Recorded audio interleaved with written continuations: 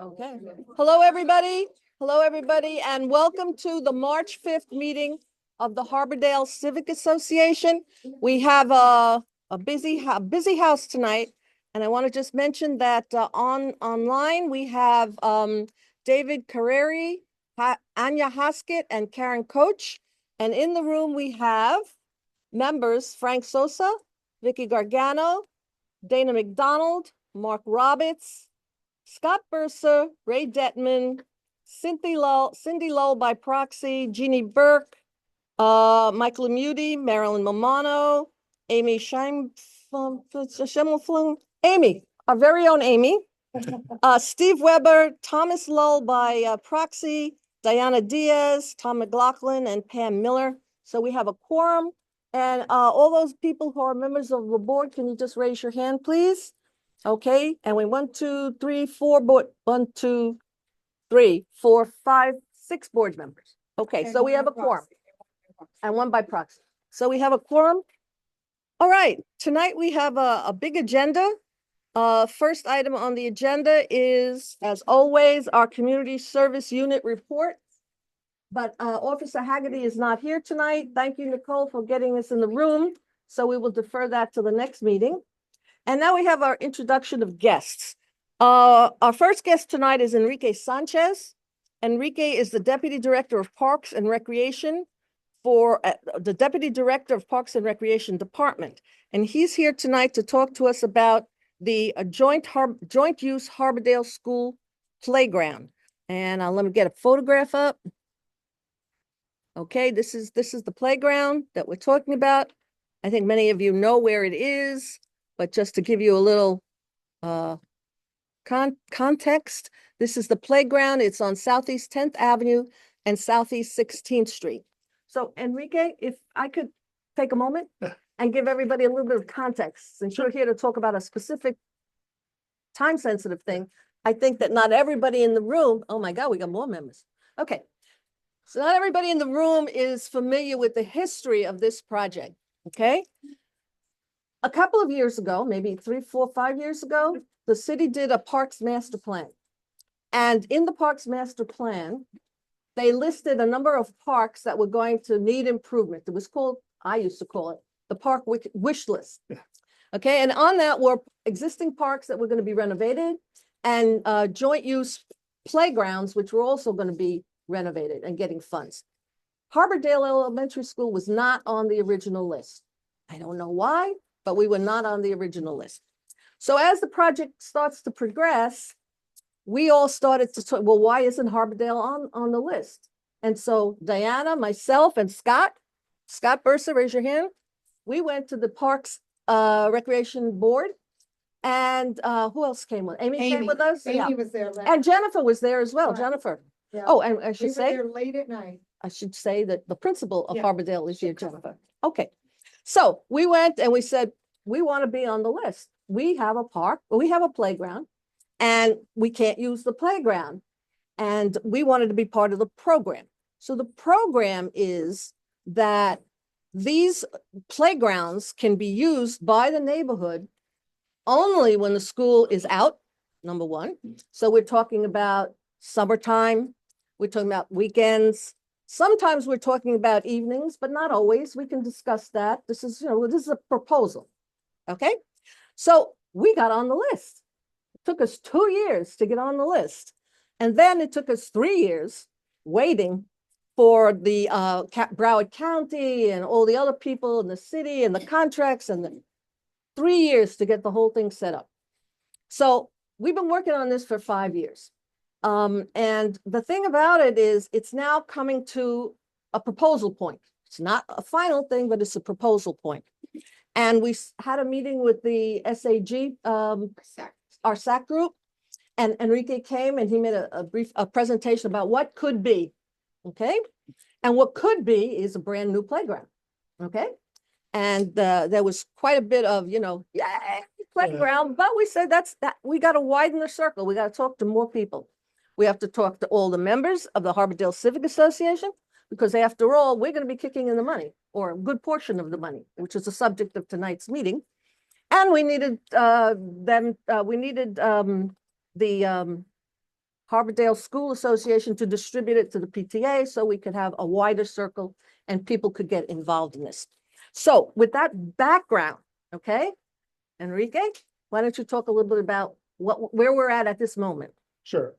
So we're looking at this playground. And again, as Marilyn mentioned, this is an opportunity to open up a new park facility for the public during non-school hours and to provide the school with a new play equipment. As you know, the school's focus for their capital programs is a lot of building and facility stuff. And so sometimes the recreational outdoor stuff gets left behind. And so the city saw this as an opportunity, a win-win, to invest a little bit in our local schools and then open up these areas to be parks. Land's very expensive here. They have land, they have facilities. So again, it's a win-win.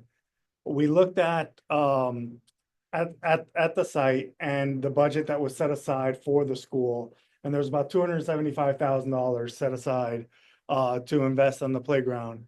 And then it was suggested that within the Harbordale neighborhood, in addition to Harbordale Park, which we're working on the playground now, and as a side note, we're trying to get that in this summer. That replacement of the playground, the fitness equipment, and some other park improvements there. But within the Harbordale neighborhood, there's another park called Welcome Park. And that was allocated $183,000 in our parks fund to make some improvements there. I guess there's a road that kind of divides the parcels, and it was gonna kind of close that off to join the full park and some other landscape and site amenity improvements. And so it was thought, it was brought up by Marilyn, some other board members, Diana, and that a better use for that money could be to make further enhancements in the school. So take that 183, add it to the 275, and we got about $455,000. So not only a playground, but with the nice port in place surfacing, some shade and then some additional surfacing. If you're familiar with the school or that play area, it's just a kind of a sandy area because of the trees and because of just the tight nature of it and the number of kids.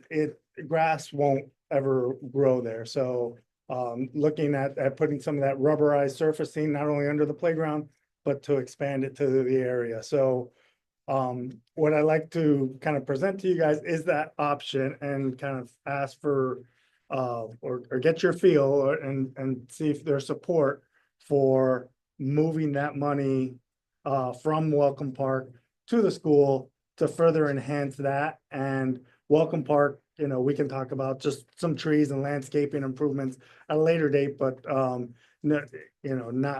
not putting the capital dollars there.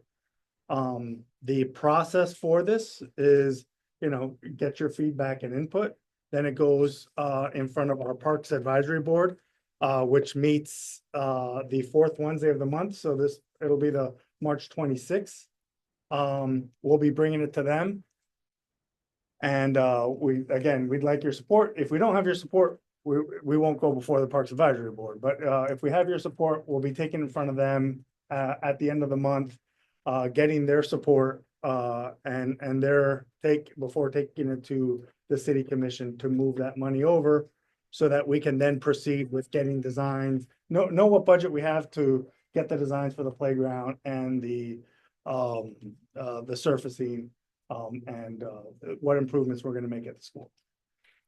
Okay, and let me continue with this. At our last meeting, we had a sort of beginning discussion about this, and we talked about the Welcome Park and the plan for the Welcome. Does everybody know where this Welcome Park?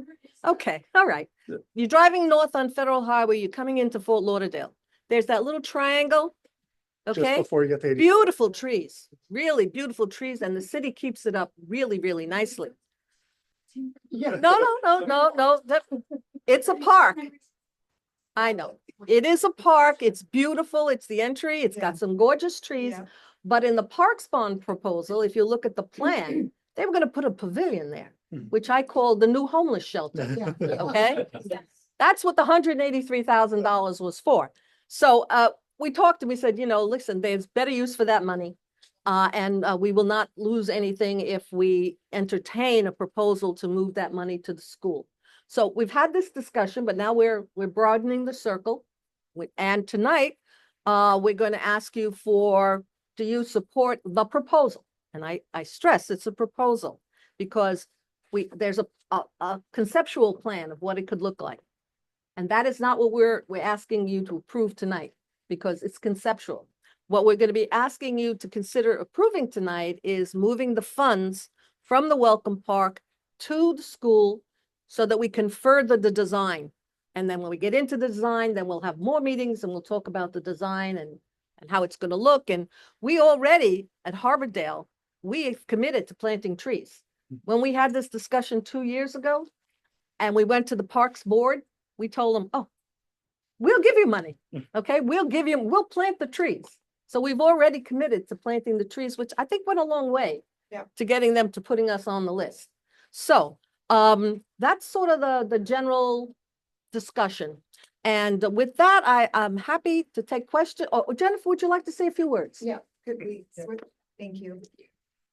This is a very low-tech system. Good evening, everybody. I'm Jennifer Cashton, principal at Harbordale. And before I begin, I want to introduce a couple of parents. We have our Harbordale School Association representatives. We have Mrs. DeWitt, Mrs. Kibble, You have to come here. and Mrs. Sloan. And they are active parent members of our parent group. And we are thrilled to be a part of this partnership because our parent Good. group in the Take a past seat. has raised about $50,000 for each of our playgrounds because right now there is not capital funds available. So this is a win-win opportunity because we believe the more the school thrives, the better the community thrives, right? It's a reciprocal relationship. And these ladies work diligently to support the school. And we have HSA's support for this project. So we're thrilled about the opportunity. Two, the biggest requests we hear from parents in general, and make sure I'm saying this correctly, is the removal of sand and shade. So with some of these conceptual plans, that's kind of been some ideas, and then it'll be access for the community where you don't have to get in your car. You can walk down the street and use the playground where the kids are using it during the week. So we really see the benefits for all parties involved, and we're excited to be a part of it. And we thank you guys because we know you are the driving force to get us on the list. Thank you. I don't know if you guys have anything to share. Yeah, I'll hi, my name's Mackenzie, and I'm on the board along with these lovely ladies. Yes, if you've ever had Yeah, so they can see. okay. Yeah, they don't need to see me. Yeah, if you've ever had a child at Harbordale, you know, they wear uniforms, and for them to wear a white shirt, they come home literally brown, because, you know, there's a lot of sand. And we are living in South Florida, and so it limits the kids' time outside to play without having the shade that we really need. Also, I don't know if you're familiar with BSY, their parks you can use all the time, and so they're allowed to provide more free activities to the school and to the community.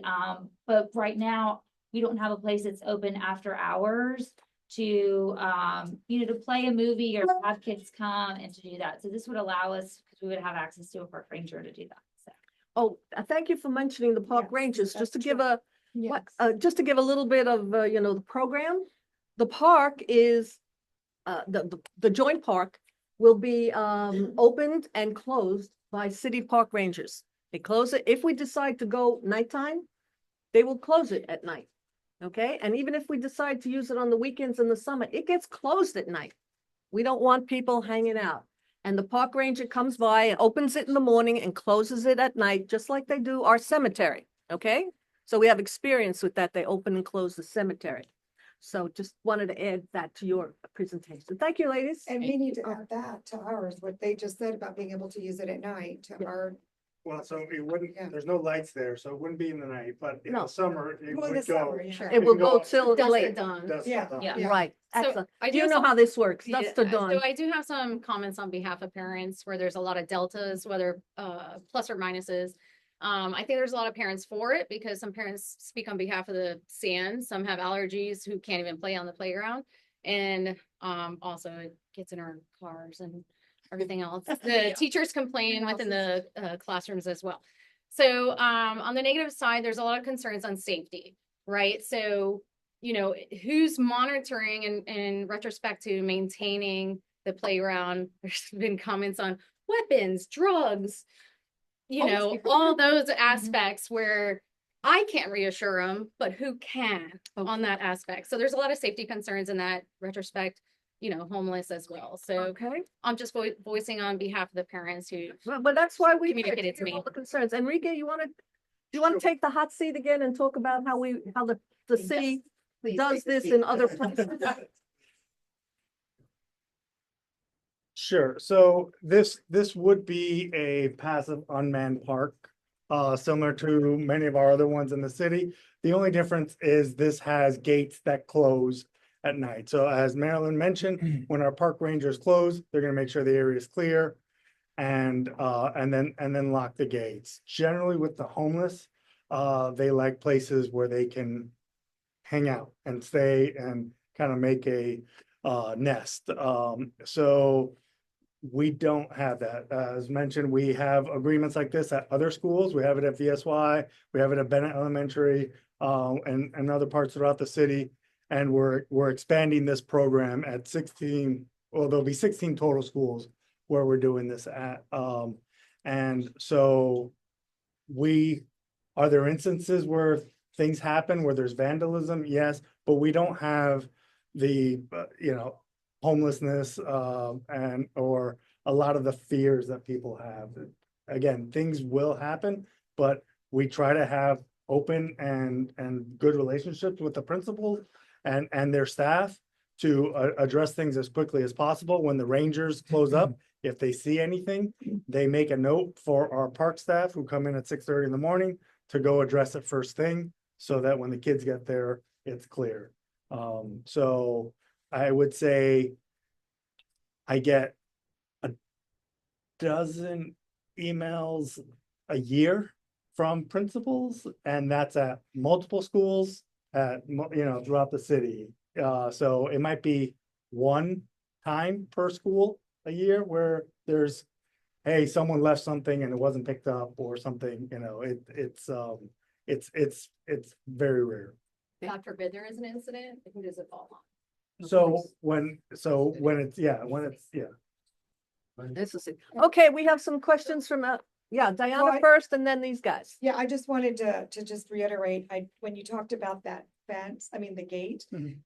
Remember, one of the things that we identified together, all of us, was that entrance is not really, that gate from the playground to the school is not really secure. So it will make that more secure. Yes, So yeah, that's yeah. important to let So, you yeah, know.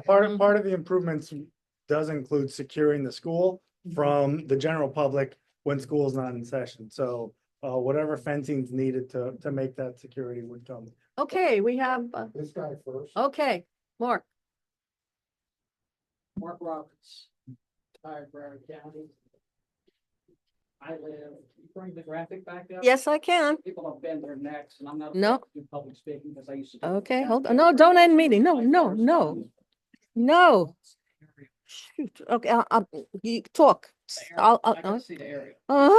if Okay, what, so- Diana, what Just can I click just somewhere else. click somewhere Yeah, else? just click out. Okay, And then I'm move- going. Move it. All right, here we go. So, Park. Enrique, it's my understanding that this is a partnership between the school board and the city of Fort Lauderdale, Parks and Rec, for this initiative. That's It's correct. been floating around for 4 or 5 years. Can't hear you back here. Okay, It's an initiative.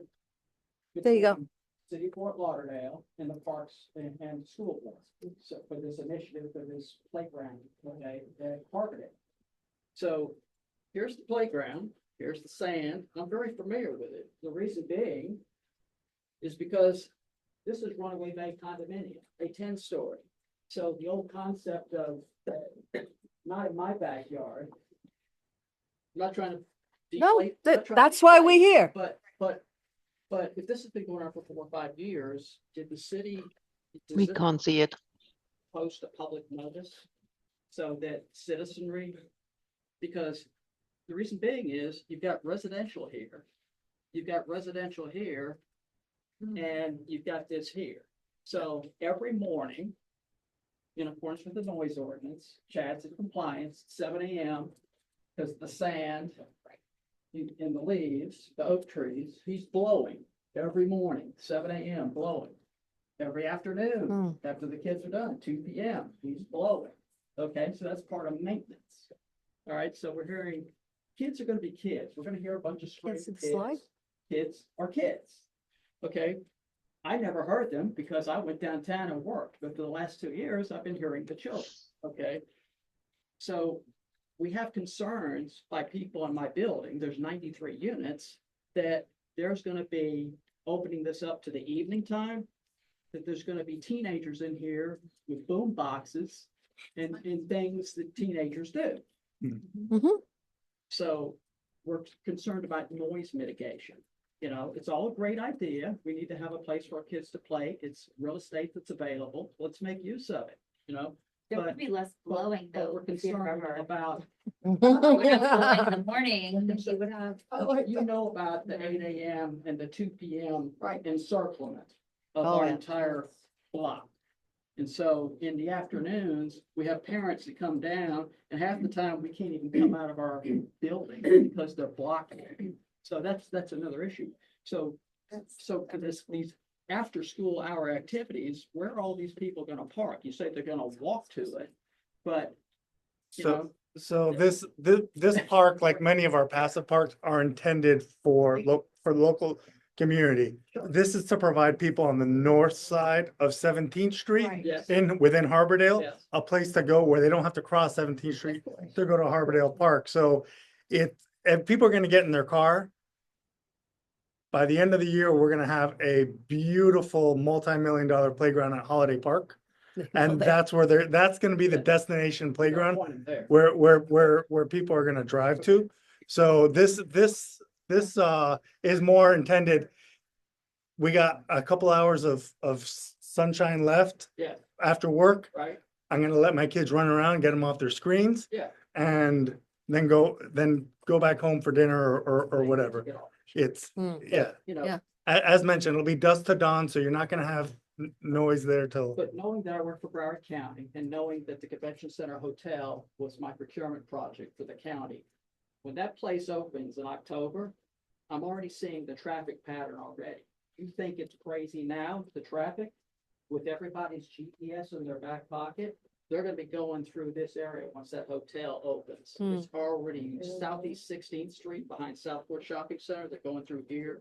They're blowing this intersection to Mhm. get to 17th Street. It's very, very dangerous. They need to do a traffic study Mhm. right here. If you're gonna have kids here, this is a very dangerous intersection. This is Quarter Deck Restaurant right here. Mhm. There's people that go to Quarter Deck, that instead of parking in Paul Flanagan's lot, they park out here on your swale, so they can walk in the back door of Flanagan. I mean, the Quarter Deck. Mhm. So, But it's the other side. Maybe we could get some, like some speed bumps or something. Well, these are all things that, Some guys, crosswalks. guys, Where the Yeah. pin- can I just say something to Mark? Mark? Yeah. We've been working on this for like 5 years and you've just gotten involved in the Civic Association. We had this discussion with people at Runaway Bay when Joe Murphy, Was- Joe died. I know, Yeah, but before, We passed on to him. no, but we had this conversation with Joe. Yeah. And we had this conversation with people from from Runaway Bay. Karen Coach is on the line. Karen, hello, Karen. Okay. And yes, people did, residents of Runaway Bay did express, we're concerned about the Right. noise from children. Right. And, No, not children. well, they were concerned about noise. We always had children. Noise. Control children. No, you can't. But they were concerned that because it will now be available to all of the children in the neighborhood and not just the kids who go to Harbordale Elementary School, there will be additional activity there and there will be What are the kids. age limits? It's gonna be open up to children. No, it's open to the community. To the community. Right, but it's only got a children's playground in it and it's only got a children's basketball coop in it. It doesn't have Right. for teenagers. No. It's not a pickleball court, so No, it's it's not. children playing. Thank you. Thank you, Anya. Okay. I hear you and I hear all these things and we have been working with Mark and Tony on potential speed humps to slow down the traffic. I'm telling you, It's terrible there. And Yeah. considering how long it took us to get, where's Milas? Yeah. Considering how long it took us to get the speed humps on the list. 15th Street On to the get them on the list, It's been okay? 5 years. I am not hopeful, but maybe if we have the We need playground those there numbers. and it's more intensively used, Yeah. we could get up the list a little bit, but we can talk about Milos with that. Okay. Justification because. Thank you. Protection of children, you need something here because people are flying. I got you. Well, you did Okay, make a thank you. good point Wait, about wait, wait, wait. Can we keep going? Yes, allocating money. yes, we're allocating money. These are problems that exist that we're working on. Regarding allocating money. Robert. Thank you. It's noise. You go. Wait, Robert. Would you be? My name's Robert Payne. I live- Wait, as soon as Amy's finished. Hey, Robert and then Amy, and then Diana wants to make a motion. I live. Oh, and then Ray. Down the street. But I was for 5 years vice president of Sterling Elementary. And Sterling Elementary in Hollywood is the corner of Sterling Road and 46th. And Oh, the Jesus. elementary school is on one side and there's a small passway. And there's a high school on the other. Back when my kids were in elementary school, one of them just turned 40. The school board and the city of Hollywood adopted this program for that area. It had a baseball ring, and it had a football and soccer, and it worked wonderfully. Yeah. Okay, as for trash, usually the janitors from the school would pick up the trash.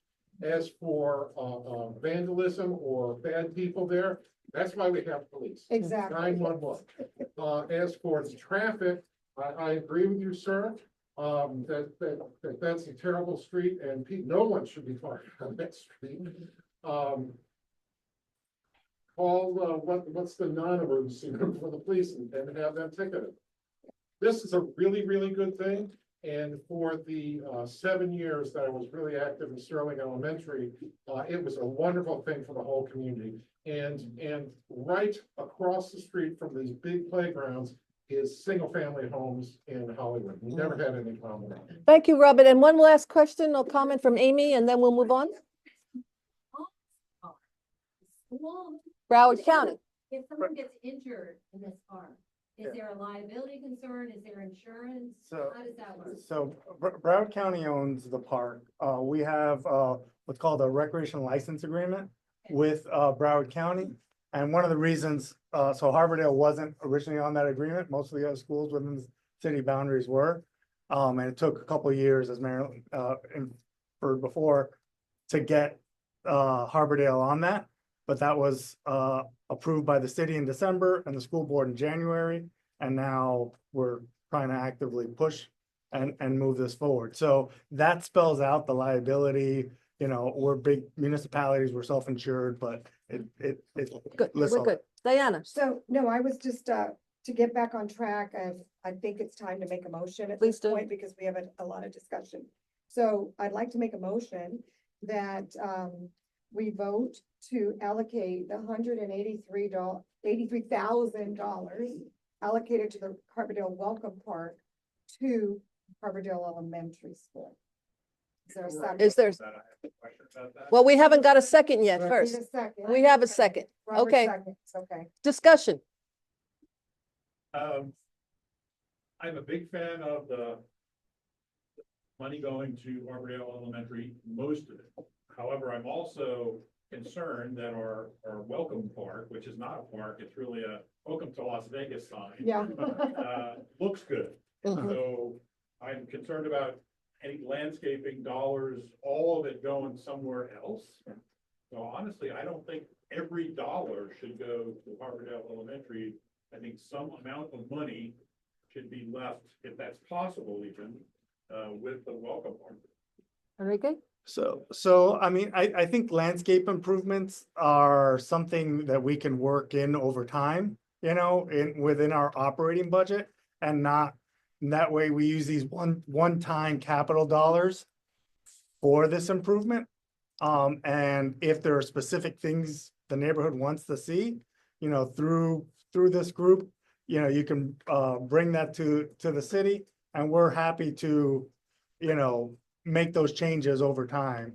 As Marilyn mentioned before, we try to do a good job keeping it up. It doesn't get a lot of wear and tear. You know, so it really is a, just kind of a aesthetic, you want, you want it to be a visual park as you're coming in and really welcome people into the city of Fort Lauderdale from the airport, from Hollywood, from, you know, our southern, cities, as they go to the port, and get on our cruise ships or as they go to the beach. So, we, again, if there are specific issues, we will.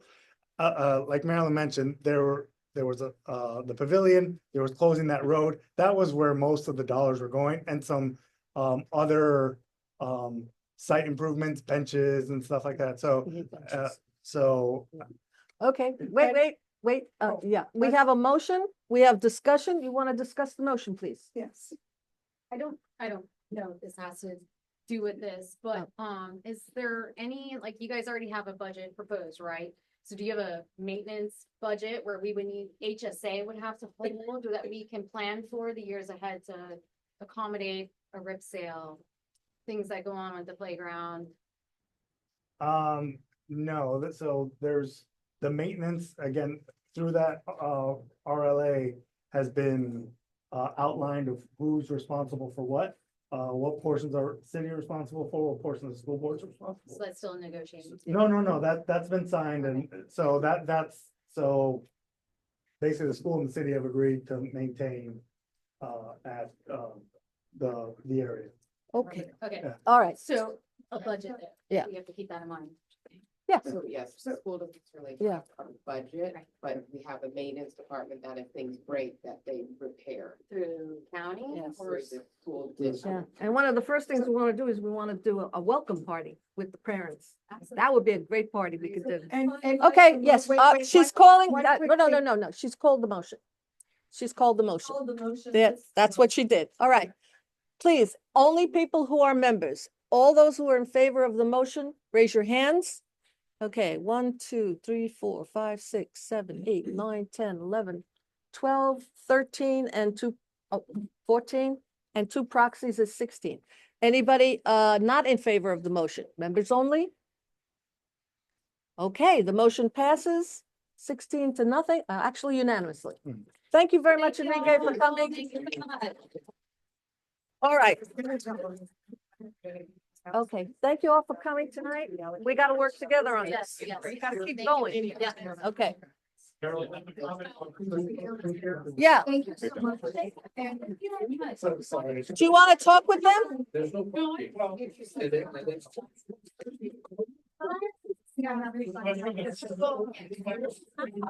One of the things that focus on Barbadale is our landscaping, Tenth Avenue, cemetery, beautiful place, native plants. And we'll talk about that as we progress. with That's the part of the proposal. county. We're gonna play, FC, the Parks and Rec is- and you're gonna volunteer to be in charge. We got volunteers, more yes, yes. All right, ladies, we have people here for the next item. It's a very important item. If you could all. Yes. thank you very much. Thank you. All of sunshine.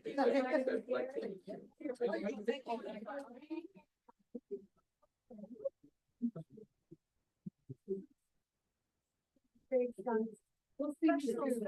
Thank you so much. You did a great job. That was good. Okay, everybody, I would like to introduce Milos and I. Don't even Milos, you want to try. introduce yourself? Yeah, sure. Absolutely. Good evening, everyone. My name is Milos Majstorovic. I'm acting director for Cities Transportation and Mobility Department. It's a pleasure and honor to be here. And the purpose of me being here is to discuss 2 topics with you, at least according to the agenda. And those are Southeast 15th Street sidewalk from Cordova east to Fisheries. And then the other one is also Miami Road. I can start with either one and I will let Let's do the 15th Street sidewalks. Perfect. Okay, So when it comes to Southeast 15th Street sidewalk, I started with the city in January of 2023, so about 2 years ago. Might be our neighbors next door, who would be pro. This issue was one of the first issues that was reported to me, at least, that I looked at together with members of our team who have been longer with the city. So in about February of 2023, we met with HOA leadership, a couple of residents there. I think there was about a dozen people, and Mr. Paul, he was the one who actually, he's here with us tonight. He is the one who brought a concern to our attention. So when we talk about Southeast 15th, you might be aware that really the street is about 3,000 feet long between Cordova and Fisheries entrance to that marina, right? However, there is only about 900 feet of the sidewalk, and sidewalk is really interrupted. There is some sidewalk on the south side of the street, some on the north side of the street. There is some decent amount of traffic along Southeast 15th Street, which is generated by the resident population and businesses and marine and restaurants and whatnot. So the concern was, hey, we have all this traffic, we have all this activity. We also have larger vehicles that are operating along the street, such as some of the boat traffic that is going to the. Supposed to be there in those trucks either. Yes, and you know, I would and basically then the concern was, hey, but there are also no sidewalks, so how do we accommodate pedestrians in here?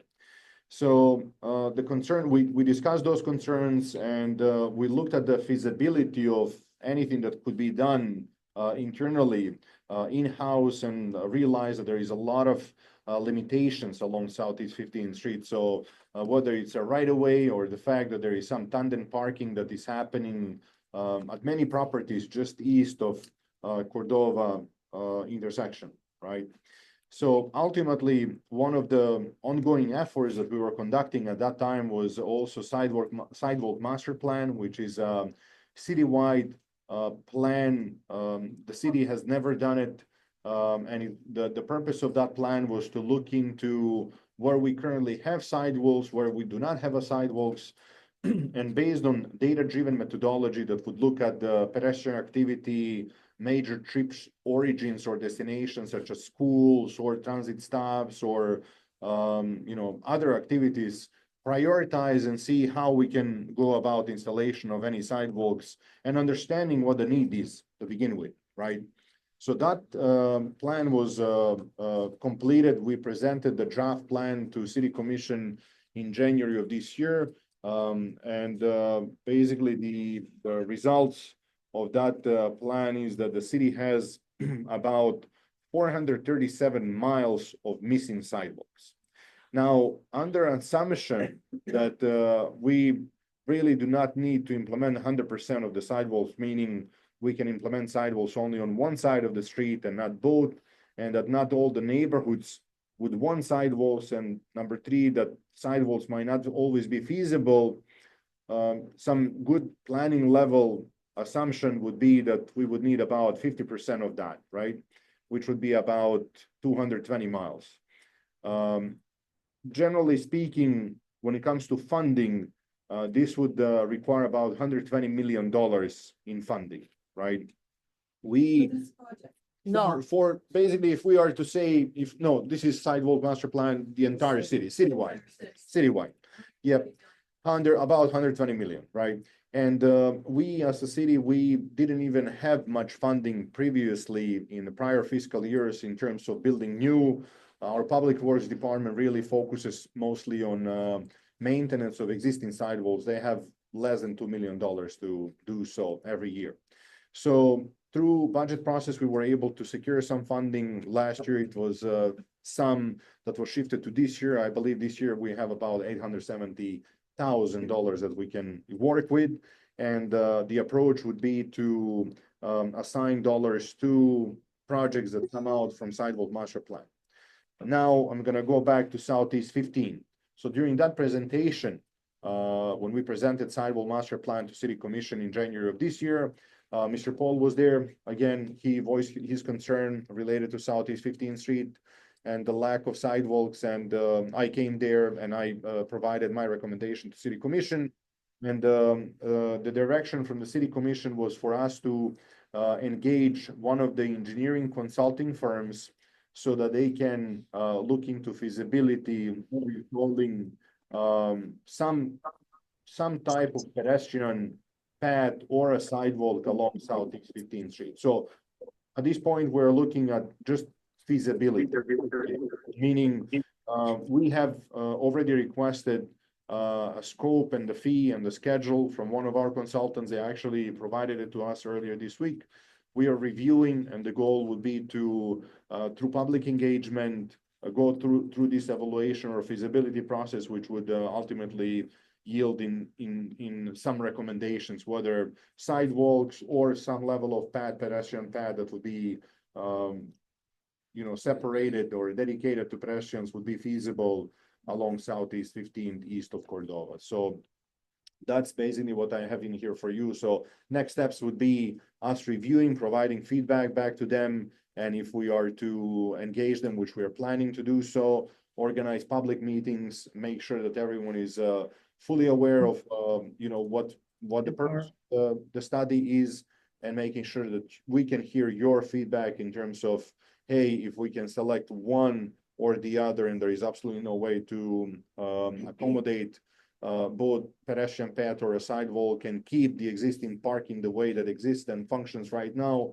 what's more important to you, right? So we want to be fully transparent. We won't do anything without your support. And ultimately, again, this is not a shovel in the ground. It's just feasibility to see what may or may not be possible. Okay, thank you for that. Let me just, again, context, history. Not everybody here has been here as long as everybody else. This is Southeast 15th Street. We know there's a problem on that street. We know there's a lot of cars, there's boats, and we live there. I live there, Jeannie lives there, Amy lives there. Who else lives there? Just the three of us in this. Oh, yeah, thank you very much. You guys live there. So People online live there. thank you very much for the people online who live there. So a lot of people live there. And 10, 12, maybe even 15 years ago, we engaged with the city and we got the speed humps. That took, God knows how long it took us to get it. Then we got it, and people complained that their cars were getting, bumped up and they were against it. But then eventually everybody settled down and we got the speed humps and everybody learned with the speeds. And I think it's safe to say that the speed humps made some improvement. It certainly made an improvement on the speeding. And I have photographs from 10 years. Just from there down. but Just not from there in down, federal, just from there. particular. Not recently. Now, well, Everybody's passing on the double line. people are getting crazy everywhere, but it was a good thing, the speed humps. Then after that, that wasn't enough. So we got the speed reduced and all the signs were changed to reduce the speed. And we actually had the police out there. I don't know if you guys remember this. They used to put a little meter thingy and it showed you how fast you were going. That slowed it down for 10 minutes and then everybody went back to what they were doing. The last thing we did, and thank you to Milos for this, we had a meeting on the street with a lot of people, Paul, a lot of the people here, to talk about this. And out of that meeting came a proposal to put signs on the street, pedestrian signs. This is beware of pedestrians, there's no sidewalks. And I have this shows you all the locations of all the signs that we put up. And we strategically located them in front of the tandem parking areas so that as a driver was coming in, that's the area that people were most likely to go out into the street to get around the cars. So we strategically located them. And if I could show you what they look like, here we go. Okay. Bicycles and pedestrians like that. So now they're strategically located, these signs on 15th Street. So I think we have gone as far as we can go without going towards a more radical solution. Some people will call it radical. That's up to you. It's your perspective. You've decided, the commission decided that of all the streets in the city of Fort Lauderdale, this is the one they decided was worthy of hiring somebody to do a feasibility study on. So that is where we are at the moment. And given that, I wish we had sidewalks everywhere. Who doesn't want a sidewalk for safety? But we are where we are. We have the circumstance which we have. And so I'm opening it up, the discussion to everybody, and everybody will have an opportunity to speak. Jeannie, you're first. Yes, as a member of Harbordale Association and going back in time to some of these measures that were taken, including the grants that we wrote, I wrote, other people here helped write, we implemented in front of Harbordale for safety purposes. We, what do you call it? The printed the pavers The raised all into, of that was the result of a lot of hard work by us and about, I would say it was about $500,000 in grants that we wrote in order to have that done. So we are very concerned about safety, but I'm now also going to speak, and I've been on the board of the association, and I live on 15th Street, and I'm now going to speak on behalf of the president of our association, of our condo association, which is the embassy, not the hotel. And what she just wanted me to say, because she was there, 2 years ago, or when this was all taking place. So when you go forth and you're talking to the people who are doing the study, what we're asking for is where's the parking garage going to go?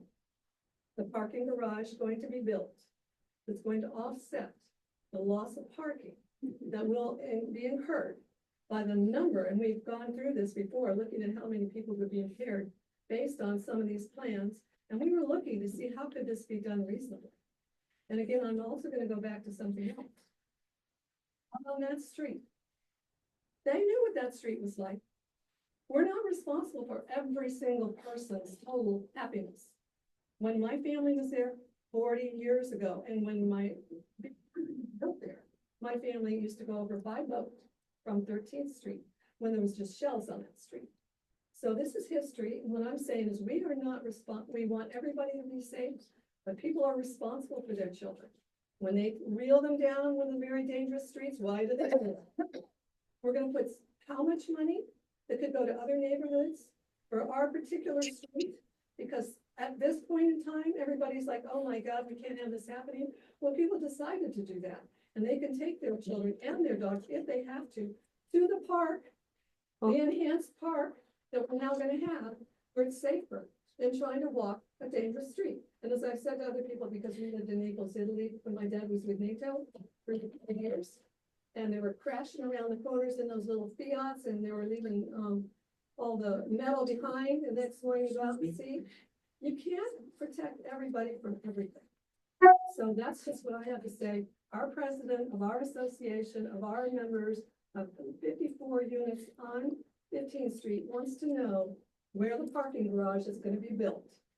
That's going to accommodate the loss of parking for people who bought here years ago. I'm thinking we were going to have to accommodate whoever has moved in 2 to 3 years ago and thinks, wouldn't it be nice if we had this all fixed?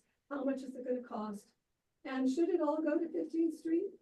I mean, there's neighborhoods with kids that might deserve it as well. That's my speech. Thank you, Jeannie. And before we go forward, I just want to apologize to the people online.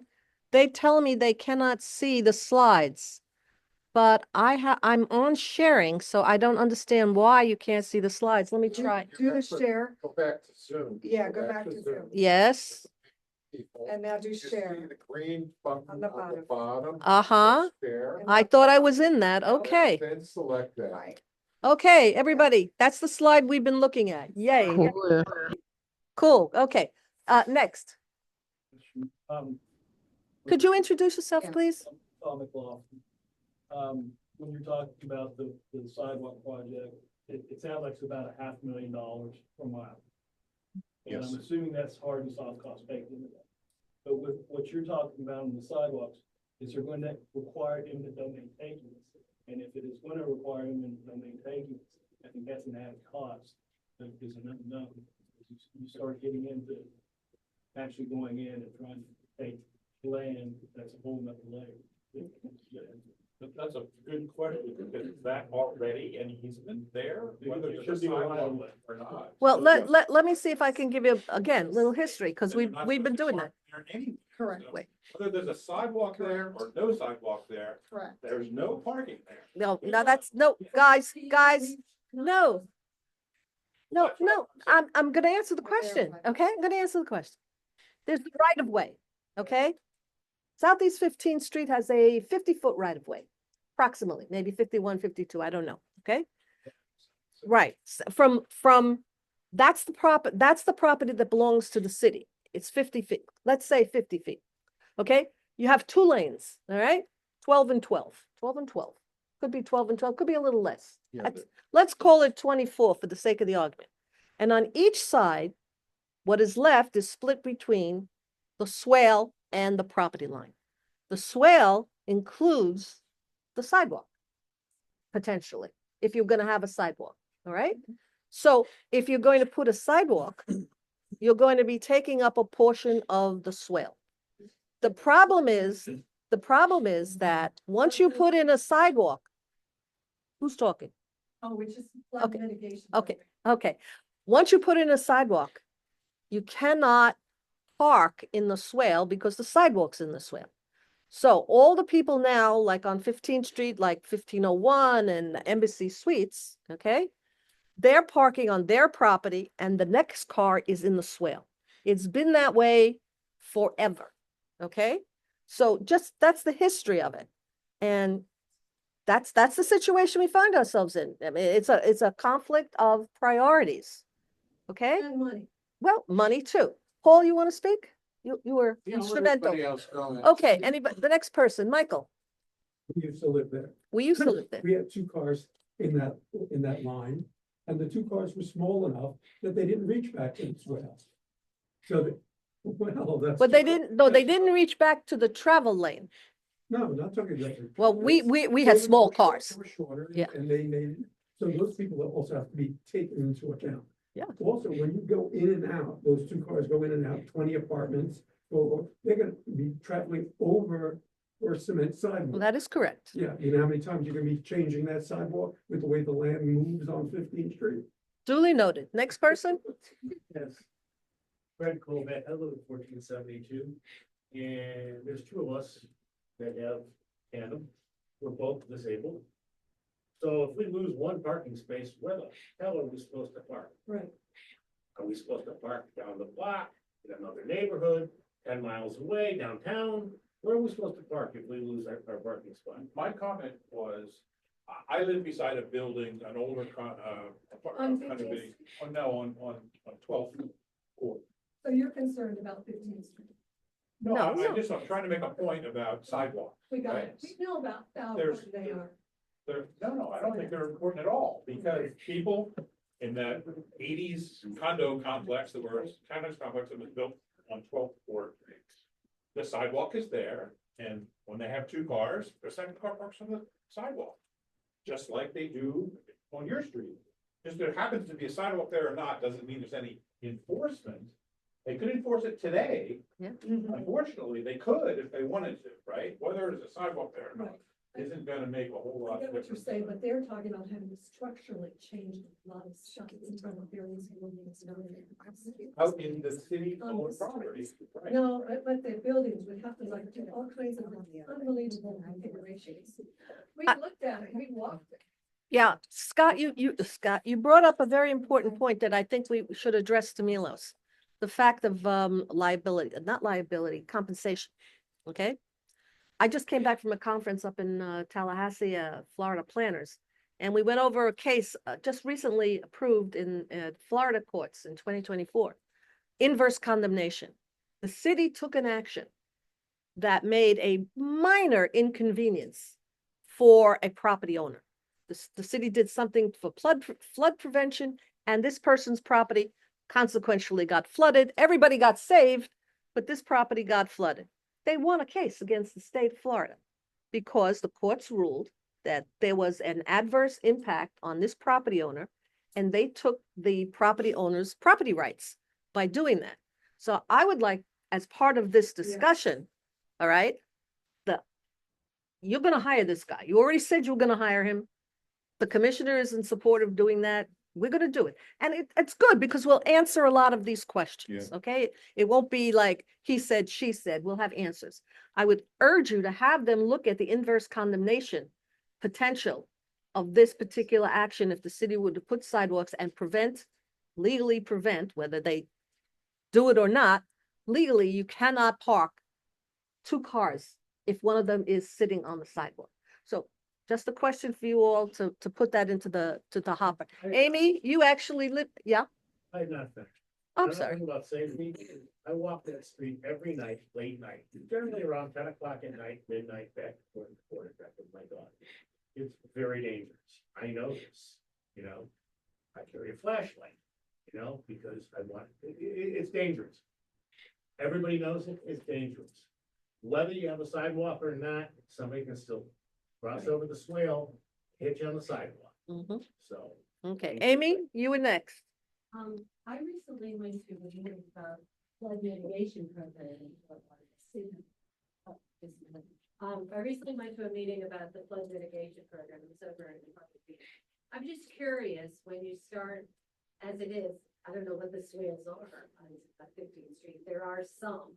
When we had the recent flooding event, I've lived there for 30 years. I'd never seen the water like that. If you start putting in sidewalks, what happens to the permeability factor? The water was I'm up high, my building is up high off of the street, but that water was coming right at me. And I know people got flooded on that street. I'm just concerned about what happens with the swales with sidewalks there and the permeability. I kind of like the idea of a pedestrian path. That might be a compromise. You know, if it doesn't, I agree. I lived there for 30 years and Sir, Paul, no one's gotten killed so far. I know one time a dog got hit and that's all that's really happened. It is very dangerous. We all agree on this. But if there's some way we could come to a compromise, when I bought into that building, I was told we could park cars behind me. And that was 30 years ago. I'm hearing the legality of what you're saying, but that's what I was told by the realtor. And the other thing is, at the time I lived there, the police have come through. The police have come through. Yeah. For tandem parking from time to time. They haven't done it, I would want to say, in at least 10 years. And people got tickets, they got pissed, they paid the tickets and they continued to park their cars on the sidewalks that exist.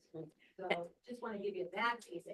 And I want to follow up with Amy's piece about what was legally permitted when those properties were developed, okay? Doesn't matter that the broker told you could do it, but the city approved those plans, okay? With that parking layout.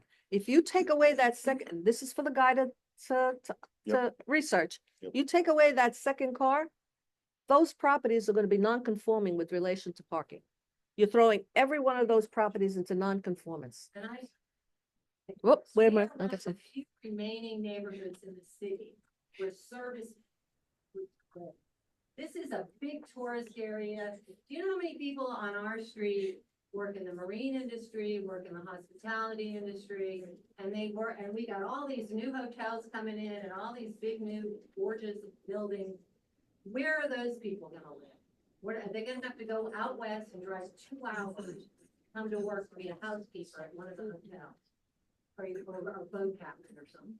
I mean, that's a consideration. So so we are still reviewing the cost and schedule and fee, but I would anticipate to be probably around $50,000, $60,000 For the study, for the to study. take away from the money they might use. So, so if I may just provide some soft feedback at this point. So we all understand and I appreciate your passion behind it and understanding of complexities in here, right? The street was developed years and years ago in a fashion that was developed, and we are obviously right now facing some challenges and also conflict in interest in here. But we all understand on both sides, it appears that the street is somewhat unsafe and there might be a need to provide some pedestrian accommodations, but there is also a need to keep the parking. So ultimately, our goal in here is to make sure that through this effort, we answer all these questions, figure out what the obstacles are, and ultimately make sure that we keep everyone happy. So there are no plans about the garage or the garage, provided that we can do so, right?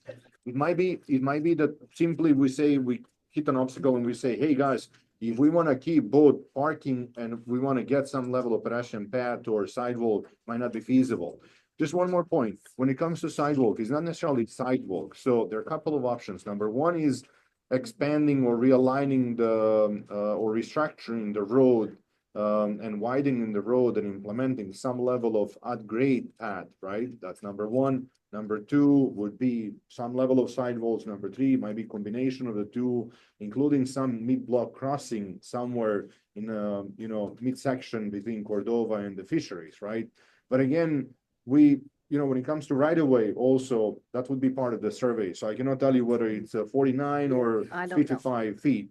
But we would be engaging our public works department to take a look at the survey, comprehensive survey of the street, so that engineers can intake that and basically say what can be done, where and how, if that's feasible. We understand, and I just did some rough count. There is a lot of, in case, which I cannot tell you right now, in case we're to impact the parking, just the amount of parking that happens in tandem there, it's over 100 spaces, right? So it's a significant amount. And I can see how that would be inconvenience to everyone who is using parking. So ultimately, I want you to feel comfortable as we proceed with this effort, that you'll be included in it. You'll be aware of every step of the way. And ultimately, there will be recommendations as to, hey, we can go one way or the other way, or there might be happy medium, but it's not to make things worse. The intent is not to make things worse, is ultimately to explore what might be feasible and ultimately go back to city commission and neighbors in here and say, hey, guys, is there something that we want to do in here? If yes, what is, or we just leave it alone because really it's going to be counterproductive. Wait, Jeannie, we have, Point on that, though, about the fact that She gets to using talk that road all was the not- time. I know, so Jeannie, Jeannie. excuse- point of honor, point Yeah, of I don't order. care. I Wait, live on the other end that you guys ignore. ho, ladies. Jeannie, please, You're all talking. Jeannie, I'm Steve, sorry, Steve has had his hand up. Steve, Yeah, I was- Well, thank you. do the owners on each side of 15th Street have any say in this? Well, And if so, absolutely. how do they have? a say? Absolutely. So as part of this effort, we will be conducting public meetings. We'll make sure to reach out to every one of those buildings or associations or residents so that we Let me can rephrase that legally. legally.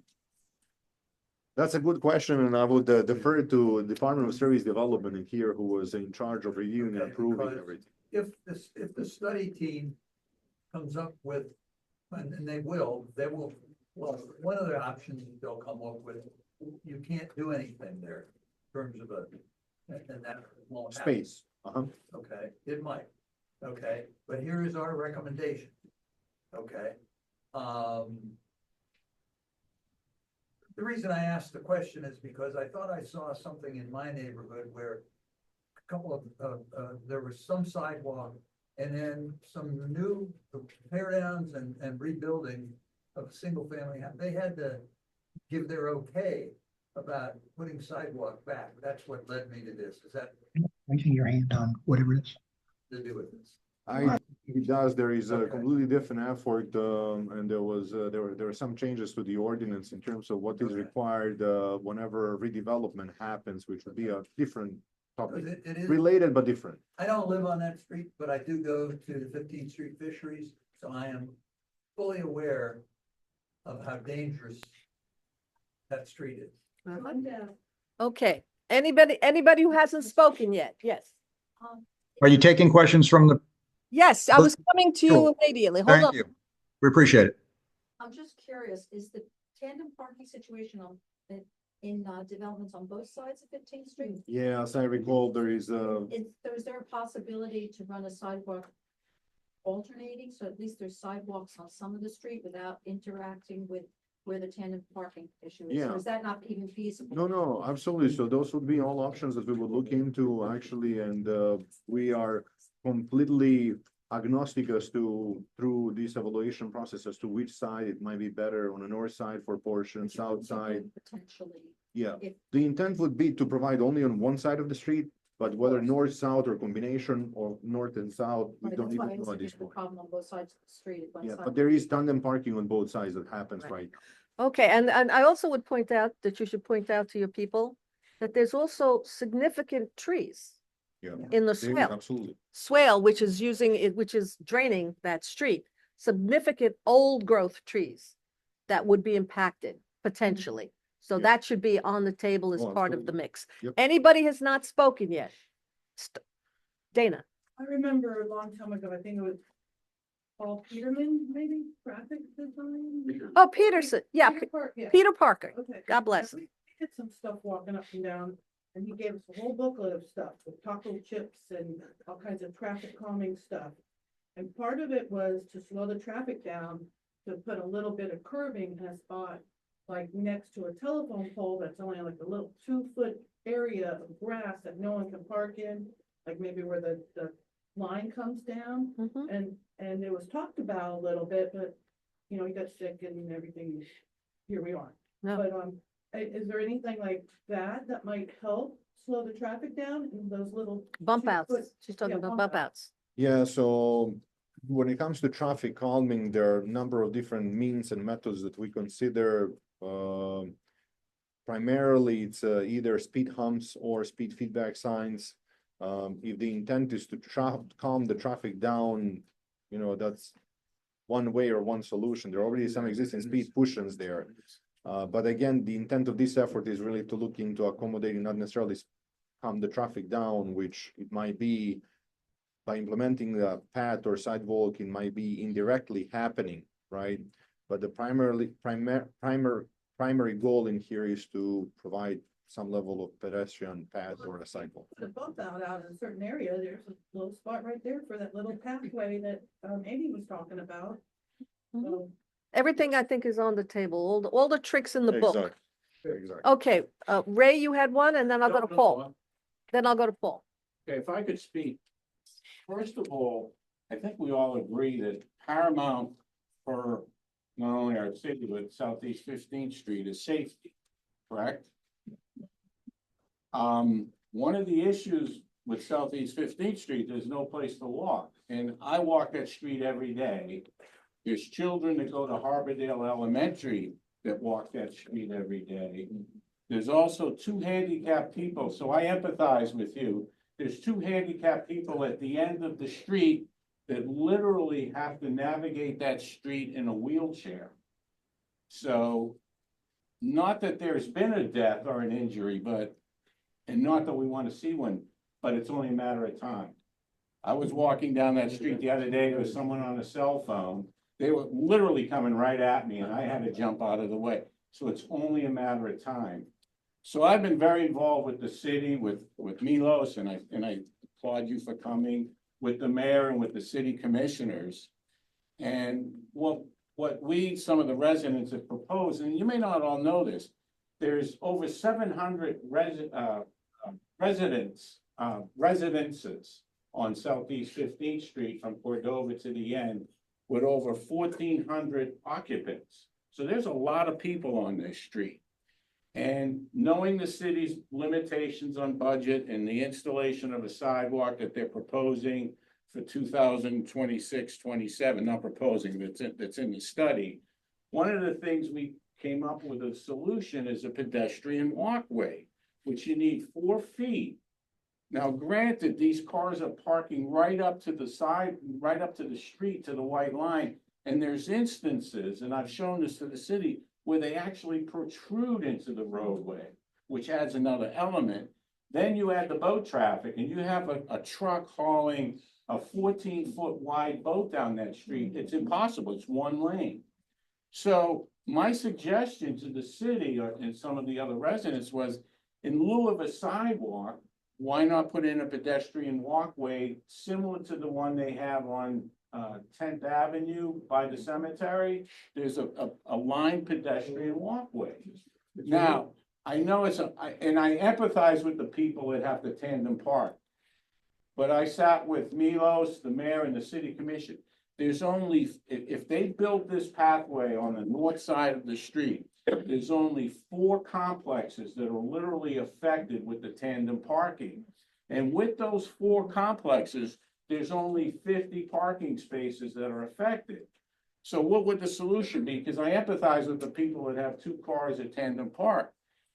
Every one of those 4 complexes has room between the front car and the building, whether it be a hedgerow or just some decorative. The deck and porch, that's what you're talking about. That's what we're talking about, major modification. That's not a major modification, but that is doable. It is a doable solution to have that. No, he's saying things that, it's not that it's not correct. He's saying things that you don't want to do, which is fine, I'm not going to give up my patio. Yeah, but please, let him finish. But I'm not talking patio, I'm talking, there's room between the building and the front car. But this is something that the feasibility study will take into account. But I understand there's some inconvenience for people. I walked the street, I counted the cars, there's only 50 parking spaces that we have to find a solution. Okay. That's incorrect. Wait, thank you, That is sir. incorrect. I was coming to you, Michelle? It's Chris Barone. That's my wife's computer, but I would like to Okay. talk. Chris Barone, you're on. Thank you, and I appreciate everybody's view here. I am a native Floridian in this area, lived here for multiple years, know this area completely when it was dirt also, well over 60 years old. So first of all, my complex alone, I'm the president of the HOA at the Island Club 1501. Our complex alone is 50 spots. The complex that I lived in, 20 spots. The complex I lived in previously has 15, and that doesn't count the condo that's right at the end of 15th Street, north side, that has about 45 spots. If you count those up alone, that I haven't even tried the other one, and also the Cordova Arms that is right on the edge, north side at Cordova and 15th Street, has about 30 spots. Without even trying, I got to 100. So that is incorrect. Secondly, besides the tandem parking, which we understand is a swale, the impact to the value of the condo will be dramatic, not just taking the sidewalks away in the actual footage from the residents themselves. So the impact to the condo value would be massive. Having a 2-2 on the water with one parking space is a $75,000 deductible, guaranteed. Thirdly, most of the sidewalks that are installed are on the south side of the road. I've measured it. There's most of the new buildings, other than the one right next to me at 1507 to the east, has a sidewalk on the north side. The sidewalk that's at the boat ramp, the sidewalks that are already installed are on the south side. So the logical spot would be the south side, and it is the least impactful to tandem parking. So that's my 3 points. Figure this out, but there will be an impact, and there may be lawyers involved if condos are dropped by values of $75,000 by losing a space. Thank you very much, Chris. Okay, I was in 201. We lived there for 20 years. Nice to meet you. Okay, Nice to meet you too. clearly we have. So, Vicky, not as your capacity as a resident, but in your capacity as a representative of the commissioner has told the city, amongst all the commissioners, they've told Milos to take a look at this. And it's reasonable to say. And guys, let's take a look. Excuse me, Marilyn? Yes, Chris. One last note. Thank you very much for the time. I really do appreciate it. We love the community, and we appreciate all the support and what you do in Cordova Arms and in Harbordale. One more quick thing. Most of the people that come down this road, because again, I've lived here this long, there's very few children, although we value their safety. I have children. We have children together. The issue is most of the people that come down this road walking are going to 15th Street Fisheries. They come, especially during spring break, which keeps our taxes down. We love them here. But most of the people that use this road walking are 15th Street people that don't want to pay for parking or don't have parking down there. So, somehow, protecting those people that just want to go booze cruising at 15th Street, may not be beneficial for the local residents to lose a space. Okay, you done, Chris? Thank you. Because we got to move on. All right, we're not going to solve this tonight. Here's where we're at. We're going to do a study. We're gonna get the actual numbers of cars, we're gonna get the actual dimensions, we're gonna explore the legal implications, the value of value of the condominiums. We're going to, why don't we get the scope of services? How about that? How about that?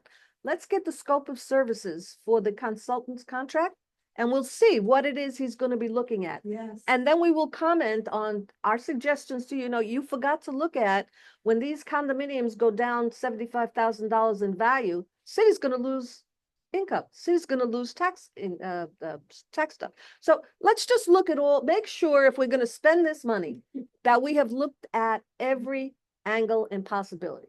The study is not gonna say necessarily you should do this or that, it's gonna give options. If you do this, if you do that, I don't know. Yeah. Let's see what the scope is. So again, the scope as I see it, would be looking into providing either at-grade pedestrian path or sidewalk or combination of the two, including some mid-block pedestrian crossing. Or nothing. Or basically, if you guys say, hey, we don't want to even go that way because it's gonna affect the parking and impacts the parking, obviously, right? That's every option is gonna include that feedback. All right. The way that I recall it, I don't think that they at this point would look into property values and stuff. It's a great feedback. This engineering firm, and I think that they're pretty large, so I think they can provide some level of feedback on that. But again, the intent would be not to impact parking so that we don't lose any property value, right? Okay. Okay, so we will be discussing this for the next year. Okay, for sure. All right. Yeah. So let's move on to another item that Milos is here for, and this impacts the people on South Miami Road. Sorry it took us so long to get here, but here we are. Okay. Dana or Heather, do you want to explain the problem on South Miami Road for the audience here? Or do you want me to do it? Okay, come on. You have to come over here so people. Does that map show down further? No, well, let me see. You want to share aerial? Do you want me to? Yeah, here is further down. Okay. Okay. This is really the problem. Heather, if you come here and sit in Milos's chair, the people online will be able to see you. I know you were not prepared. I know you would have put on makeup. Okay. I still wouldn't have put on makeup. Okay. Heather, can you explain to people, especially online and the audience? Share the screen with them. I have. They've told me now they can see it. No? I have to do this again? Uh-huh. That's it. I shared it. Yeah. It's there. Guys, can you guys online see this map? Yes, it's right here. Okay, very good. Heather. Okay. So the situation, on South Miami Road is, in consideration of all of the traffic that's on 17th and US 1 and everyone wanting to avoid that, which they have done for as long as I've been here, cut through, South Miami Road. And they come down to, State Road 84, make a right and then try and get into the left lanes to head south on US 1. Down here. So that is now with just, LA Fitness and just all the additional developments.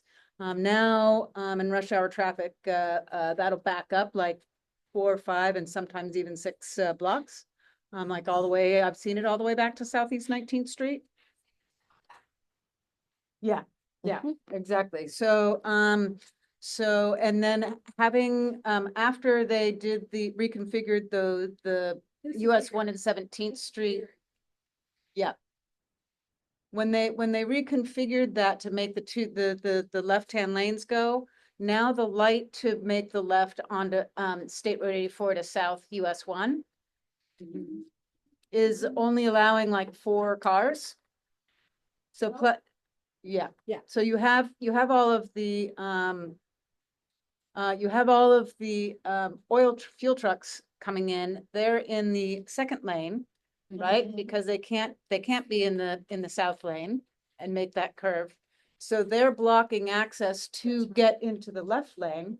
Some of them will leave space, but many of them don't. But again, it's backing up so much. So now the people will go towards the port and try and do a U-turn around the trucks. Or they'll go behind the storage and then try and make a left there. And even then, once all that's all full, then everyone's going to pile up in the lanes that are supposed to go west to try and cut in front of everybody. You can make the right-hand turn, no problem, right? The right-hand turn is no problem. No, you can't, because then everyone who's, well, you can, but when it's backed up, then everyone who's at the front of that line Right. is wanting to make the left, Okay, right? it's the- So now you it's the can't, so left. now you'll have people actually try and go around those cars in the northbound lane to go around the people who are sitting there not turning. Oh, so you'll have people who are coming here to go this way, which is the wrong way. To try So- and get back here and come in. Would you mind if we open Google Maps? Do you want to do the Google? Yeah, would you mind if I stop sharing here and then we can share Google Maps? I don't know if I have Google Maps on that. Oh, you know what? We're just gonna do a browser. Okay, hold on. Yeah. I'm gonna stop sharing. Yep. Technical. Okay, stop sharing. And we're gonna move this over here and we're gonna go to Google Maps.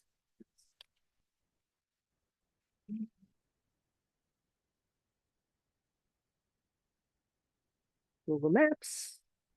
And we don't wanna go to Charlotte, we wanna go, Excuse me. yes. Do you know how many cars that you expect to come using this bypass road once it, opens up? Coming onto, No, I don't think that the county ever shared those numbers with us. No, but it's obviously the project or the goal is to relieve some traffic congestion and improve connectivity to Convention Center from Yeah, I know US all one about and that. State I've Road done that. 84. But Done that. That's the answer. It's like 3 years ever since they built the 595 road from the port onto 595. Those tankers should not be going at 84 to make that left turn to get on that little narrow curve. Yeah. Which, all right, they should have been forced all this time. when Piece of that was touch. built. There we go. That's We're where just the getting it tankers moving. go. Yeah. And I've been saying that for years because that would alleviate a lot of the traffic issues. So it's falling on deaf ears, but would you say the tankers are, even though the traffic is coming on, the tankers are causing the bottleneck because there's so many of No. them coming out? no. They stop there. At this point, there is so much traffic heading down Miami Road. It's left. It's completely. Is that big enough for you? is it okay if I Share. just Like, this and out you shorten the light to like, literally and get like then I 8, 9 turn cars this through way together. so it's more natural. There you go. And You want me to share that now? are you guys seeing? Oh, it's already shared. It's already sharing. Okay. Yeah. good. This or this is not. Okay, we're working on it. This is not touchscreen, huh? No. Okay, so Command. Just go here Okay. and plus. Plus. And we're good. We're right there. We're right there. Okay, guys. Okay, so I'm gonna move it a little bit here. So let me just see where, Here's the tankers.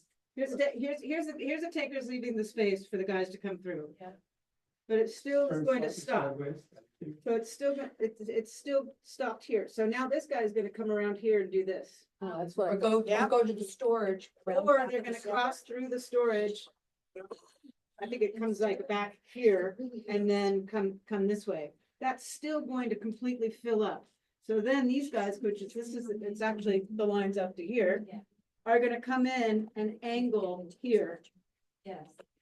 To try and and get it. completely block. Now that's still gonna fill up. We still have a line up to here. So if this guy wants to actually go straight, now he's gonna come around down here In the wrong on side. the wrong side of the road to try and get in here. let me just see something I would like to. I've seen it, I've been there. It's horrible. this- Okay, or- so What also happens is that they can't do the left. They go straight and then do a U-turn in the background or go behind the Mercedes dealership and come around. So everything's diverted. Okay, we all know that there's a problem. I will say that tonight Richard Torrentini from the port could not be here, but I've been in contact with him. And Milos, he's available to meet to Yeah. talk about what they might be able to do Yeah. to ameliorate that. He's deputy director of something. Can he, Yeah, he was here. He was here, yeah. Okay, good. Well, He we're was hoping around. that The he can do tankers things. going Yeah. another way? Well, we hope. But Yeah. anyhow, Can I here's the please- problem. We have a problem. You want to? Yeah, I Yes. wanna, all right, so what's going on? I live right here, okay? Slightly. Okay, I live right here, okay? So I've been taking pictures and everything. Every car that comes out of here, that goes into this lane, that's a solid white line. That's a traffic violation, okay? Every car that, you can make a right-hand turn here, they all queue up right here in this medium. And if they can't get in, as Heather was saying, they turn this way and get behind. Yeah. Also what they're doing again is they're using up the 2 and 3 lanes here. As they're coming out and they're in front of you going sideways. Mhm. Then you have the cars come out of the gas station doing the same exact thing. Now what the new thing is, what people are doing, they do come around here, which I've come around in the storage. Okay, by the time you're backed up here, you're waiting 3 lights. So now what everyone's doing, all these 3 lanes of traffic are going straight, turning at the Mercedes. And coming around. And coming around over a block away or on 84. Which is what they do at the convention center. When they can't What? make the turn, they go straight. They make a U-turn and they go. Cutting into those lanes on people. Traffic's a nightmare, guys. Traffic Yeah, is a yeah. nightmare. But you can do that at a U-turn legally. We agree. Is Oh, there something talking that can here? be done? Oh, yeah, well, yeah, it's all wrong there. Pam, you had some suggestions for what could be done. So I was part of the 17th mobility group a long time ago, participated in all of the meetings. And one person in particular that was our former commissioner wanted to shorten the light to turn left onto US 1 from State Road 84 and actually make it single lane so the tankers would stop using that. So he didn't get his 2 lanes, he got his short and wide, but it's caused a huge problem in our neighborhood. So one simple solution is to elongate that timing with the light. But once that 5-foot pass road is opened up, I think a lot of people are gonna take the path of the least resistance and they're gonna utilize that road. So elongating that light time is a simple solution and it's a cheap solution that I think should be first implemented so that you're not. So let's ask Milos what Yeah. he's looking at this. Let's ask him what he There are, thinks. there are a couple of things that have happened here along the US 1 corridor or at this particular intersection. So I'm gonna go maybe there in front of the screen so I can explain it. So when it comes to US 1 and State Road 84, previously, before, I would say before mid of last year, this separator and this separator were aligned differently, and the signal operating plan, which is how traffic operates through the intersection, required for this eastbound movement and westbound movement to be separated in times, right? Meaning they cannot be concurrent movements, particularly left turns, right? So as part of the bypass road, there was a project improvement done to this intersection in order to save on some time and enable for the eastbound and westbound movements to operate at the same time, right? So there was some savings in there that the project enabled for and improved efficiency of operation, right? So right now, since there were more this way, and if they were to make left turns, they would be conflicting in the middle. Now they're offset a little bit so they can both go at the same time, right? So that's one thing. When it comes to the timing of the westbound, I hear you say that basically timing was changed. I was there a couple of weeks ago, and don't hold me to it, but I think that from every lane, there would be up to 10 vehicles that would be able to go every cycle, right? Per lane. The catch is that people might be distracted. So there is a startup delay, number 1. Number 2, whatever happens in here ultimately affects the throughput and how many people can make a westbound left turn.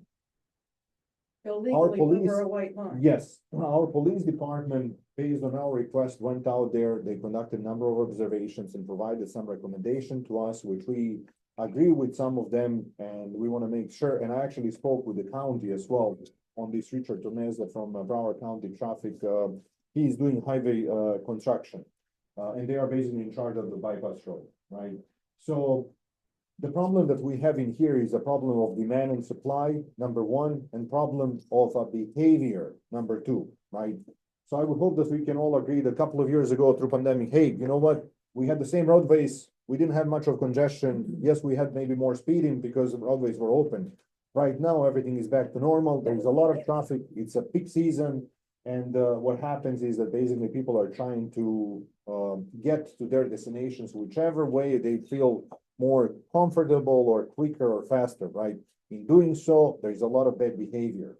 So what police department also observed, which you guys observed, which I observed, is that people basically from 17, they're trying to cut along Miami Road in order to get ultimately along US 1. So the origin is on 17 or US 1 up around 17, and instead of using US 1 southbound, they go through Miami Road and try to do quick turning here to landing to westbound left turning lanes to proceed south, right?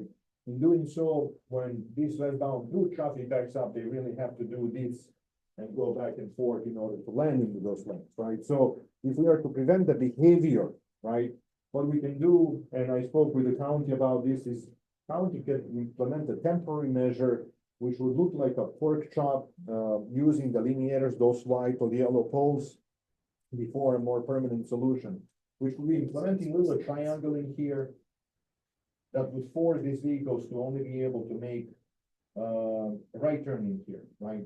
That is for that location in there, right? So no one can no longer make a left turn to go right there, right? So that is one solution. The second solution is if you want to prevent them from accessing altogether westbound left turn lane because you know they might be conflicting with the through traffic, and by doing this movement, they absolutely limit the ability of westbound through traffic to go through intersections because they're conflicting with them.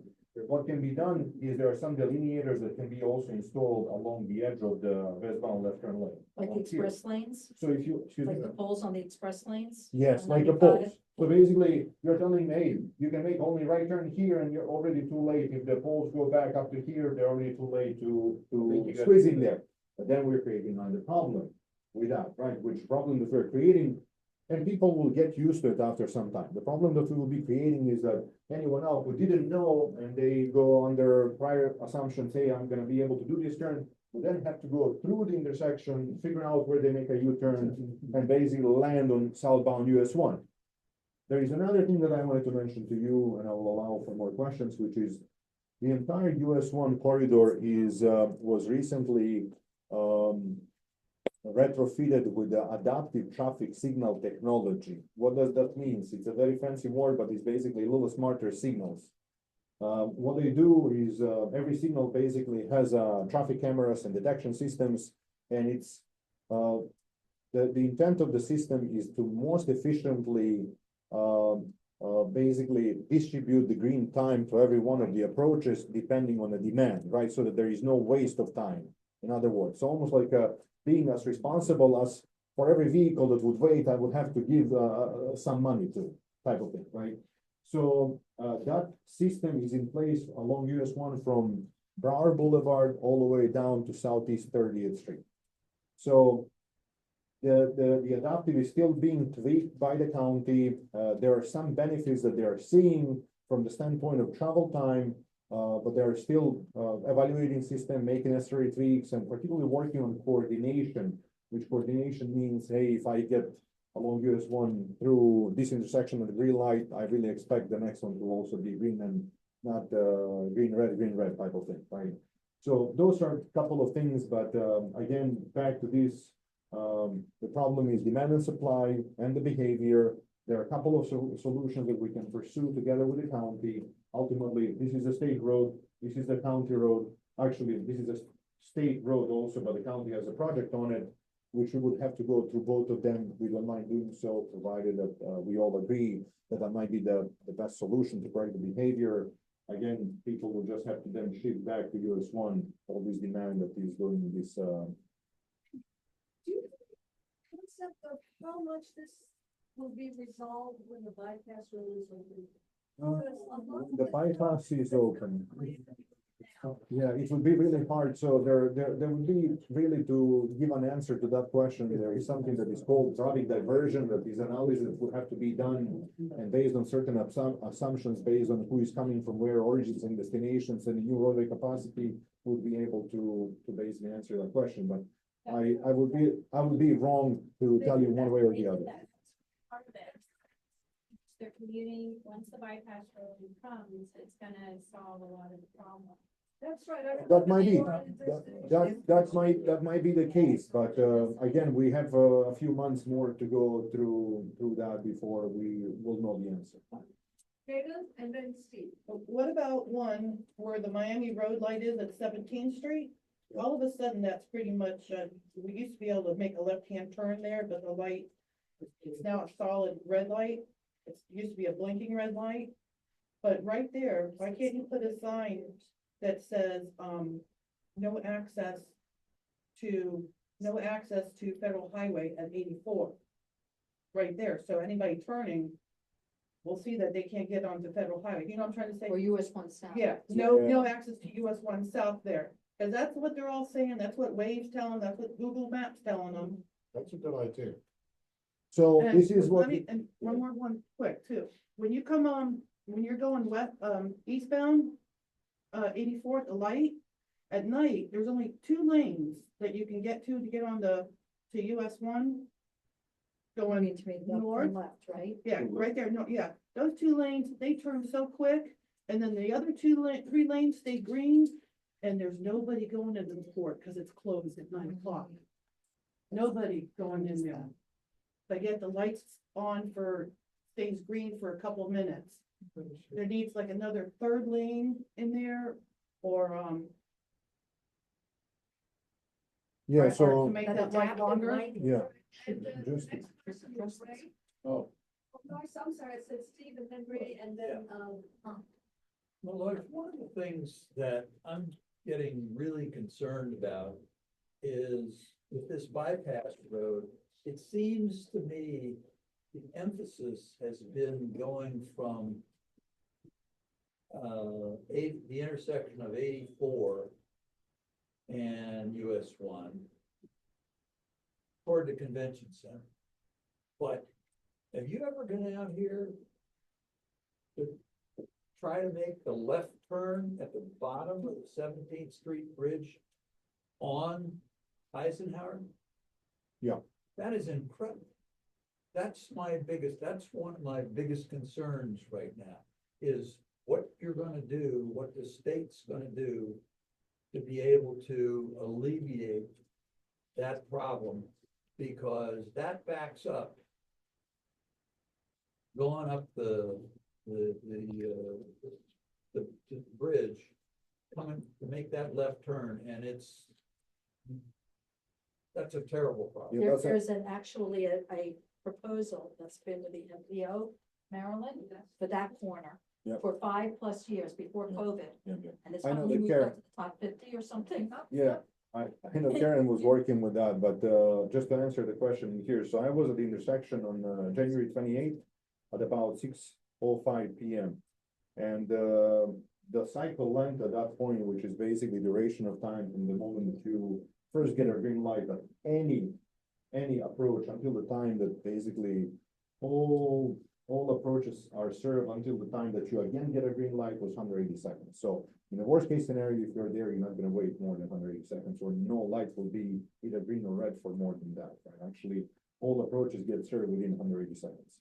When it comes to eastbound westbound left turn, it was 16 seconds, including the yellow. Typically, What time of day? if people, 6 PM, and this was January 28th.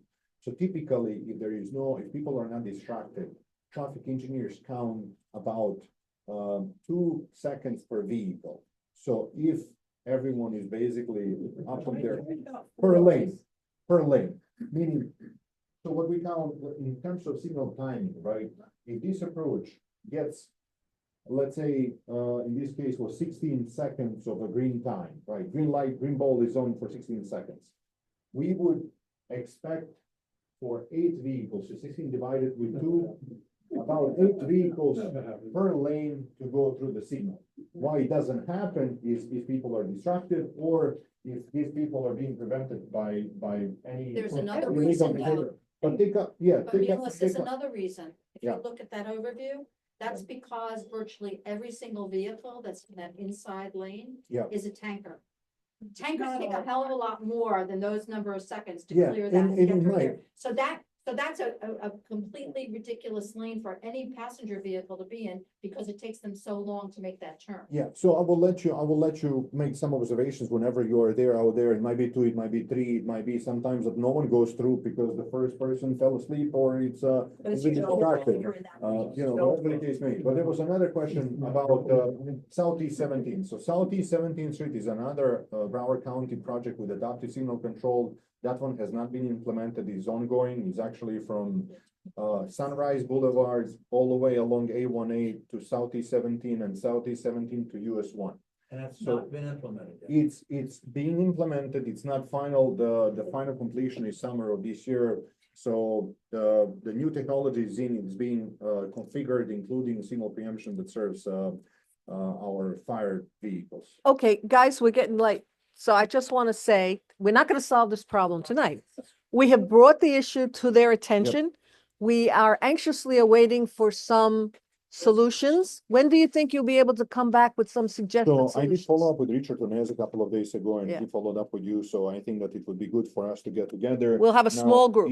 Yeah, exactly. Now, if you guys are basically supportive, what we can do is explore this park shopping here and then the linears in here, provided that, they can go far back. That's at least based on the conceptual conversation and solutions that I've discussed with Richard. So let's have that meeting. Let's Absolutely. talk about that. Yeah. I need a volunteer. Okay? Now let's get a volunteer who lives there.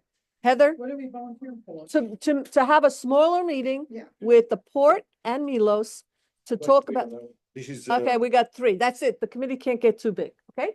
We're gonna do that. So we will. Question that. Yes. Certainly. Quick, Marilyn, that- We had, it was maybe a year ago when we had the whole presentation on what was going on here. Yeah. And I had specifically asked if this U-turn was gonna remain in place. And at the time, they said, yes, that U-turn will remain in place. Now, I live up here, so to avoid this, you come up Miami Road, you do the U-turn, continue on Miami Road and get to my residence. Now it's blocked off. Is that temporary or is that a permanent block? I would not want to provide the answer now. I would like to go back to the plans and we'll ask. Because I found out the hard way. Yeah. Yeah. You got Bob's I see. So Mayor, Bypass. it's Dana and this gentleman, Robert, who's your committee? Take a look at the plans. No, I'll let it's, you know what the final- wait, guys, one Dana? last question. Stop. One last question. We got to get out of here. Ray, you have one last question or are you just volunteering? No, I'm willing to go to the meeting. Okay, we have 3 volunteers. We have Ray, we have Heather, and we have Dana. Dana, okay, thank Okay. you. All right, Can we Tom? get clarification on that? we certainly will. And We'll not put that- using tankers on 84 and looking. Well, I'll put that on the table to Please. Richard. We've done it before. Let's try it again. I mean, if they just go the other way. Yeah, they would have eliminated so much. Okay, very good. All right. Thank you so much, Milos. My pleasure. We're gonna, wait, don't go away. Wait, I want to explain something very important. We also have another very big issue coming up. And I was gonna have Enrique talk about it tonight, but as you can see, we're all lucky we get home. FPNL is changing the streetlights all throughout the city, okay? And if I could just take this and make this go away. Yeah, I tried for you. Yeah, you Couldn't can't make figure it go away? How am I I gonna, stop couldn't- sharing, stop sharing. Okay, Oh, no, I tried to get that to go away for you. switch more? I No, don't know what thanks. That is, yeah. I have no idea. Yes. Okay, I was gonna show you these wonderful Here, let's stop photographs. sharing. I'll do that. Stop sharing. I'll do it. Sorry. Stop share right here. Okay, all right. So these are wonderful photographs that are being prepared, that were brought to us by Mark. And Mark and Tony are like the gurus of streetlights. They know how to get the streetlights fixed. They know all the right personnel. They know all the right numbers, et cetera, et cetera. So, no, that's another sign. That's not the sign I want. Sanitary sewer, playground. Oh, where are those wonderful photographs? Hold on. Damn. intersection. Okay, guys, he provided this with wonderful photographs. You can see it for yourself if you go down 16th Street by the marina. They've changed them all to these very, very bright. Are those LEDs, Mark? 16th. Fixtures that would be LED. So the conversion is to change. Mark, stand up, please. Conversion is. You could come here. Is to change high-powered sodium, which if you go down the street, you see these wonderful pinky yellowish glow lights. That's last century lighting. So it's high pressure sodium. So they're changing them to LEDs. But it's the entire city.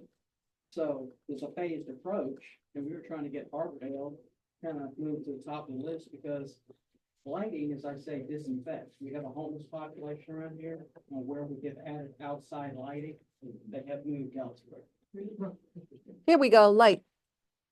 I don't think you can see. This is the, They did my end of 10th here we Avenue, go. 12th Street. These are the new lights. Okay, wait, let's finish this so we can go home. Right. I want to just give you a testimony.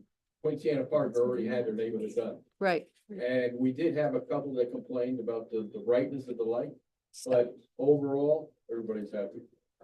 Okay, and Scott, when they did yours, they accommodated you by putting a shield on it. Yeah, they did. So they have, right at the end of 10th Avenue and 12th Street there, and you turn on to Davie Boulevard.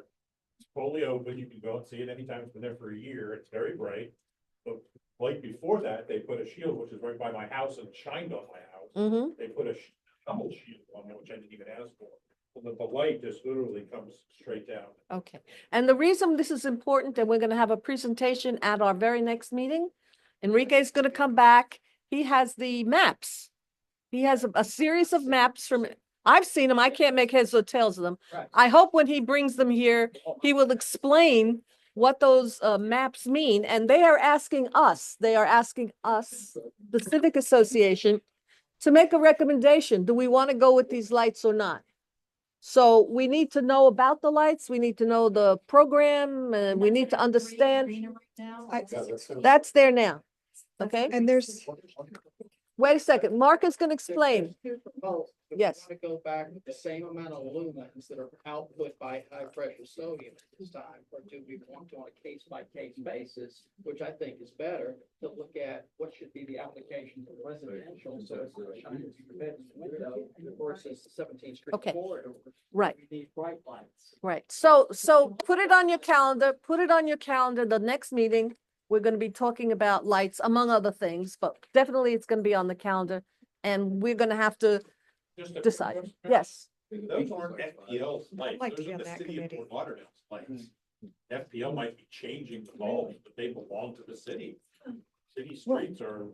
I don't know. by City lights. When you get them They- fixed, who fixes them? Oh, FPL, were- FPL send the bucket truck out. but Yeah. Right, I think that the actual infrastructure was ours, Okay, but for the most part, their FPL will maintain this dial. I'm gonna be on that with you. okay, so gentlemen and ladies and gentlemen, I'm gonna call this meeting to a close. I want to thank you all for coming. Everybody online, we're gonna close this meeting out. And thank you all for participating. The video will be posted as soon as I download it. It will be posted on the webpage. If anybody has any more questions about this, call me, contact HCA. It's on the web, just send us an email. Thank you, everybody. Good night. And remember to pay your dues, right?